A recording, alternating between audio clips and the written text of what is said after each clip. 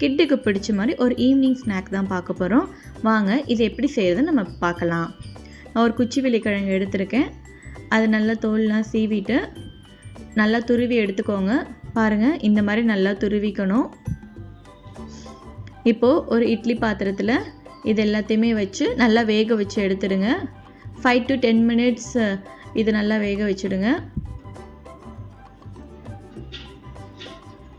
பாருங்கள், நல்லா வெந்துடுச்சு. இப்போ இது எல்லாத்தையுமே நான் ஒரு பவுலில் ட்ரான்ஸ்ஃபர் பண்ணிடுறேன். இதில் கொஞ்சமாக தேங்காய், சால்ட்டு, கொஞ்சமாக நெய், சுகர் இது எல்லாத்தையுமே போட்டு நல்லா ஆட் பண்ணி மிக்ஸ் பண்ணிக்கோங்க. இது மிக்ஸ் பண்ணதுக்கப்புறமா ஒரு பவுலில் இதை ட்ரான்ஸ்ஃபர் பண்ணிடுங்க எல்லாத்தையும். பாருங்கள், நம்மளுடைய குச்சிவெள்ளி கிழங்கு புட்டு ரெடி ஆயிடுச்சு.